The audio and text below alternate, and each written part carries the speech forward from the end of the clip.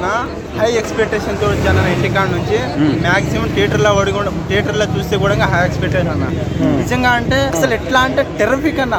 ఒక్కొక్క సీన్స్ ఎట్లా ఉంటుంది, యాక్షన్ మొత్తం యాక్షన్ దింపాడు చూపిండు.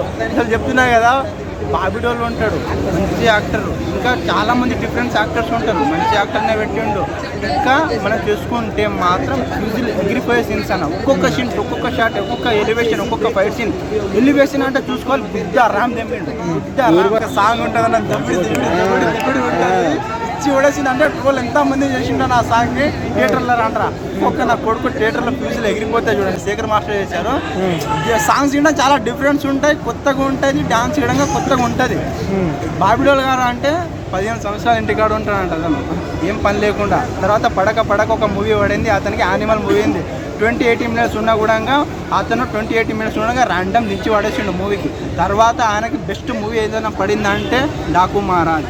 అది కూడా మన బాలయ్య బాబుతోటి. చెప్తున్నా కదా, ఒక కలెక్షన్ రావాలంటే కూడా బాలయ్య బాబునే, దాన్ని తిరగా రాయాలని కూడా బాలయ్య బాబునే. చెప్తున్నా కదా, బాలయ్య బాబేనా సంక్రాంతి విన్నర్ బాలయ్య అన్న. కానీ ఈ మూవీ చూసుకుంటే ఒక్కొక్క సీన్స్ ఎట్లా ఉంటాయి నిజంగా చెప్తున్నా, నరాలకి వెళ్ళి ఇట్లా బ్లడ్ ఎక్కితే ఇట్లా వైబ్రేషన్ అయితే చూడండి, అట్లా ఉంటాయి సీన్స్, ఒక్కొక్క సీన్స్.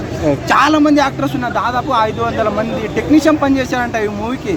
అంత మందికి తిండి దొరికిందంటే కేవలం ఈ మూవీ వల్లనే. ఇంకా మనకు డైరెక్టర్ ఎవరన్నా, ఇది మర్చిపోయాను, బాబీ ఎంత మంచిగా రాసిండంటే ఒక్కొక్క సీన్స్ ఒక్కొక్క ఎలివేషన్ అని. ఇంకా ఒక సీన్ ఉంటుంది అన్న, గుర్రాల మీద నడిచే సీన్స్ ఉంటుంది. అంటే ఇది డూప్ అనుకున్నారు మీరు అందరూ, మ్యాక్సిమం చాలా మంది డూప్ అనుకుంటున్నారు. కానీ నిజంగా వేరే గ్రాఫిక్స్ కాదు, యుద్ధం చేసేది ఆయనే, కత్తి తిప్పేది ఆయనే, ప్రతి షాట్లో ఆయనే మ్యాక్సిమం తనే ఉన్నాడన్న ప్రతి సీన్స్. ఓవరాల్ గా బ్లాక్ బస్టర్ అంటావు సంక్రాంతి విన్నర్ నిజం చెప్తున్నా బాలయ్య బాబునే. అంటే ర్యాండమ్ దింపేసిండు, థియేటర్స్ పెరిగిపోతాయి. థ్యాంక్స్.